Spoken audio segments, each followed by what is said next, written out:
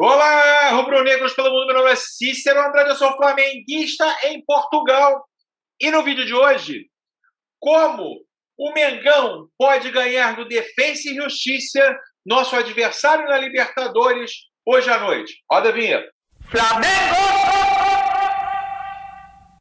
Se você chegou agora nesse vídeo, curta, compartilhe, divida com seus amigos, não deixe de se inscrever no canal e acionar o sininho para receber notificações sobre vídeos diários que fazemos sobre o Mengão, suas repercussões aqui em Portugal e sobre o futebol português de uma forma geral. Vamos lá, pessoal. Começando o vídeo de hoje, o nosso tema aqui é o nosso primeiro jogo da Libertadores, das oitavas de final da Libertadores, quando o Defensa e Justiça, né? Oitavas que foram abertas ontem, né, com o empate do Atlético no Boca Juniors, a vitória do Fluminense contra o Cerro Porteño, o empate do São Paulo, enfim, entre outros resultados. Hoje, às 9h30 da noite do Brasil, 1h30 da manhã aqui em Portugal, Flamengo e Defensa e Justiça e Flamengo. Vou falar primeiro os relacionados para você. Os goleiros, Diego Alves, Gabriel Batista e Hugo. Laterais direitos, Isla, Mateuzinho e Rodinei. Não entendi por que estão levando o Rodinei se tem Isla e Mateuzinho. De zagueiros, apenas Bruno Viana, Gustavo Henrique e Léo Pereira. Vejo aí um pequeno erro nisso. Poderia ter trocado o Rodinei por mais um zagueiro aqui. Seria mais equilibrado essa convocação. Mas, enfim.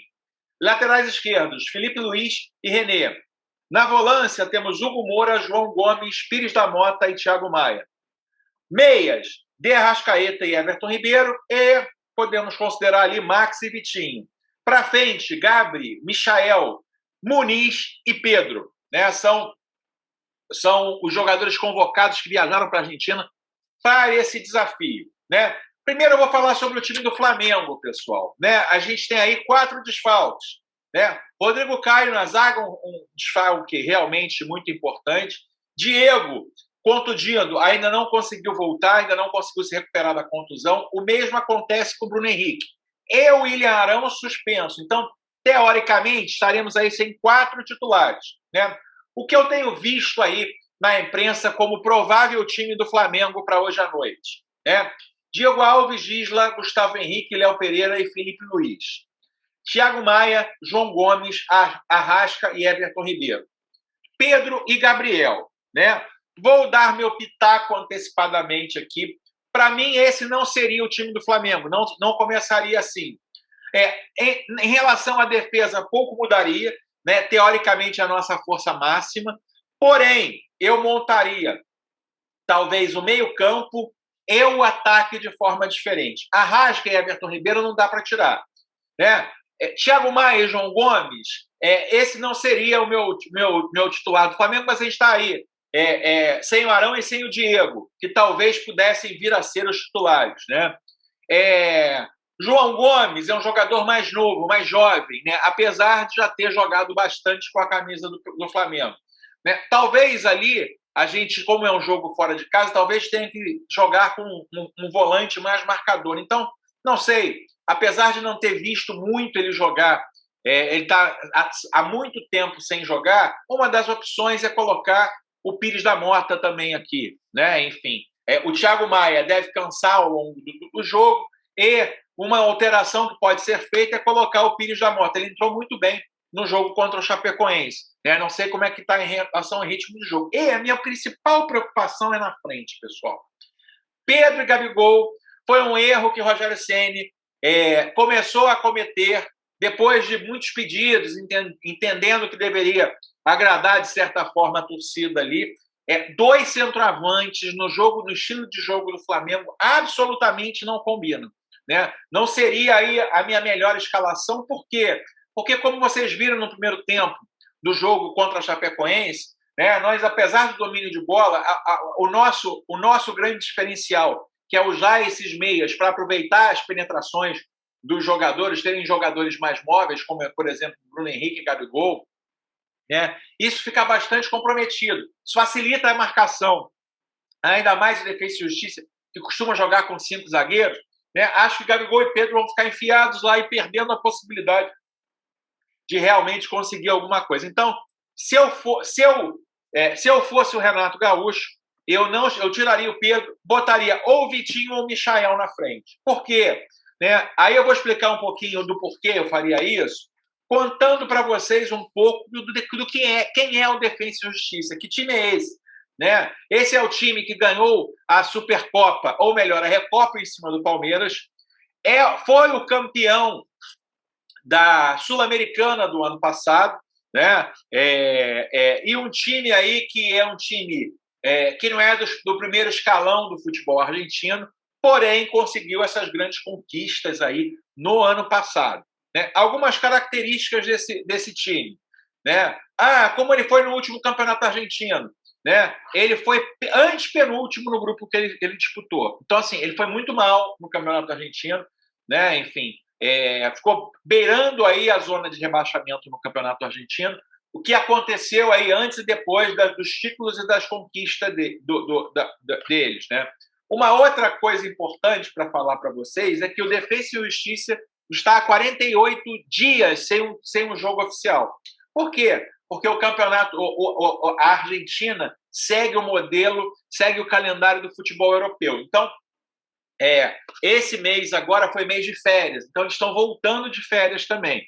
O que, por um lado, é bom, teoricamente, porque eles podem estar sem ritmo de jogo. E, por um lado, pode ser muito ruim, que eles devem ter um gás ainda, eles não estão nessa maratona, nessa batida, igual o Flamengo, de jogo após jogo. Né?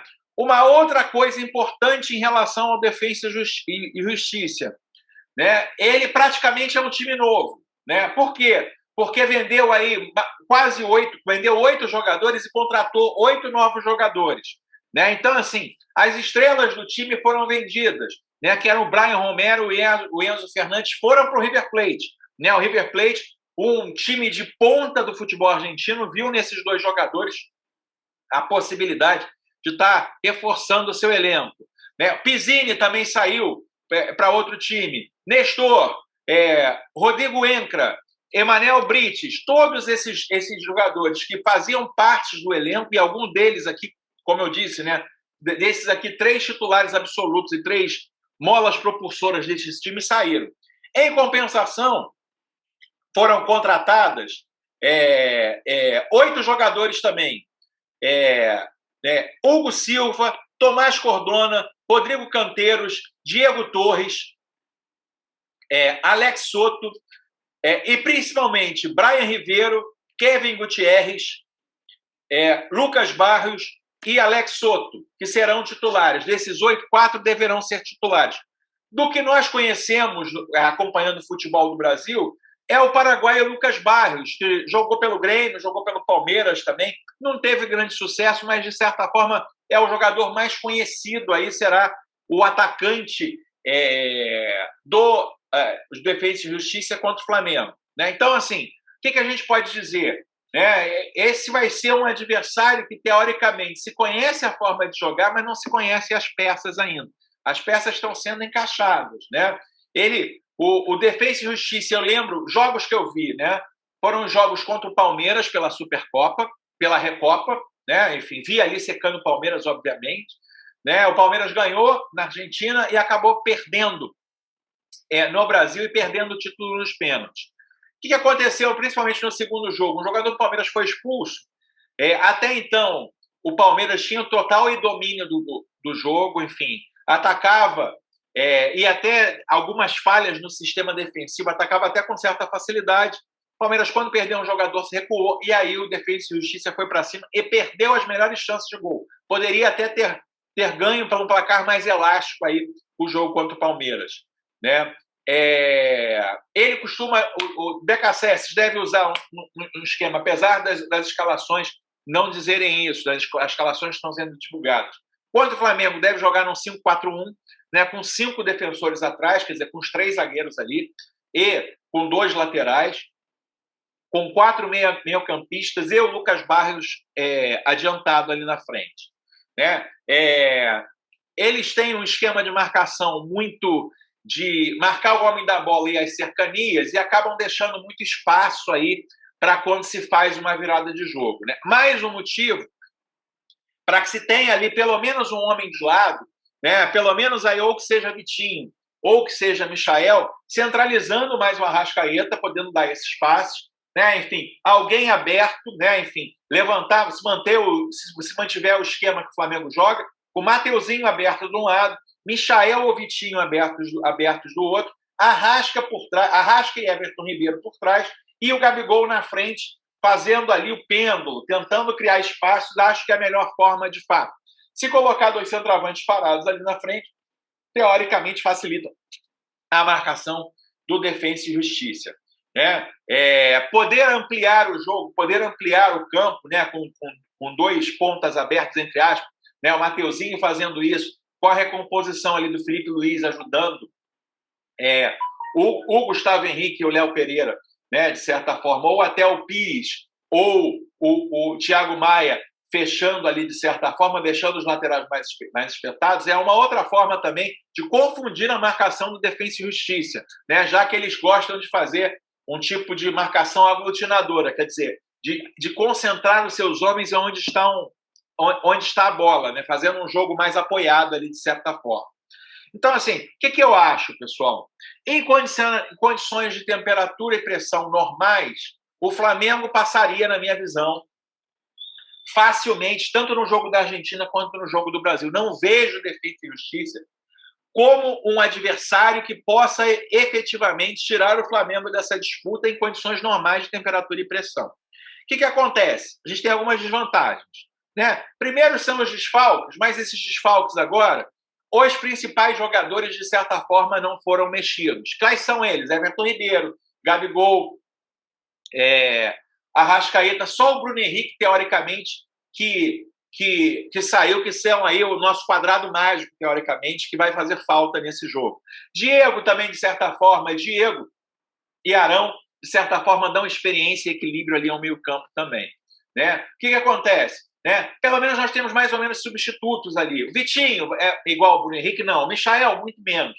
Né? Mas, de certa forma, podem compor aí. Né? Lá atrás também, o Diego, entrando o Thiago Maia, que acabou de voltar de contusão, mas jogou uma bela partida enquanto esteve em campo, contra o Chapecoense.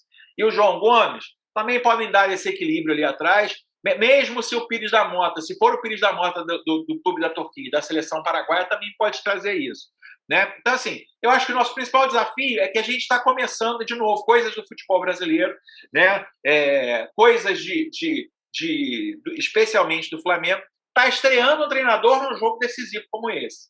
Então, se eu fosse o Renato Gaúcho, né, eu absolutamente não tenteria mexer em nada, não tenteria fazer grandes alterações táticas, não mexeria muito no espírito. Acho que ele deve fazer isso, ele não é burro, né, ele está chegando agora. Então, assim, eu continuaria no esquema que o Flamengo costuma jogar, né, e tentaria aí, obviamente, né, com esses detalhes assim de não botar Pedro e Gabigol na frente. Pode ser que bote, pode ser que dê certo, e parabéns, pessoal. Eu, no meu gosto, pelo que eu vi, né, seria muito ruim o Flamengo afunilar o jogo para facilitar a marcação do Defensa e Justiça.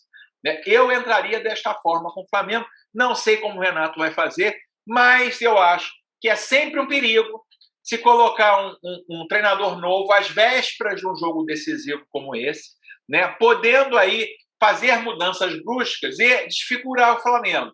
De novo, o que eu acho? O Flamengo normal, dando continuidade ao que ele vinha fazendo, ele passaria com facilidade pelo Defensa e Justiça. Né? Por quê? Porque o Flamengo é um time armado, é um time que tem um esquema tático definido, tem uma forma de jogar, está acostumado a jogar junto e faria isso acontecer. O Defensa, além de ser um time mais fraco, naturalmente, também tem todas essas novidades aí e vai estrear com essas novidades agora, né, fazer o seu primeiro jogo em 48 dias. Então, o que eu espero? Eu espero uma certa facilidade. Libertadores nunca é fácil, mas eu espero, com cabeça no lugar, com o time dando continuidade ao trabalho que foi feito anteriormente, né, e jogando ali um bom futebol e conseguindo se acertar, eu não vejo dificuldade do Flamengo passar por esse adversário já na Argentina agora, né, já construir um placar na Argentina, para que no jogo de volta ele consiga aí atuar com mais tranquilidade. Queria saber de você, meu amigo aí, que assiste o meu vídeo. Como é que você acha que vai ser o jogo de hoje? Quanto você acha que vai ser o jogo de hoje, de novo, 9h30 da noite no Brasil, né? E 1h30 da manhã aqui em Portugal, verei pelo canal, pela Sport TV Portuguesa, estarei aqui acordado para falar com vocês. Hoje à tarde também, pessoal, mais uma live aqui onde eu vou estar trazendo mais informações para eu poder interagir mais com vocês. Às 6h30 da tarde do Brasil, 10h30 da noite aqui em Portugal, estarei fazendo essa live e conto com a sua presença que está aqui nesse vídeo. Tá ok? Vejo você no próximo vídeo. Aquele abraço. Tchau, tchau.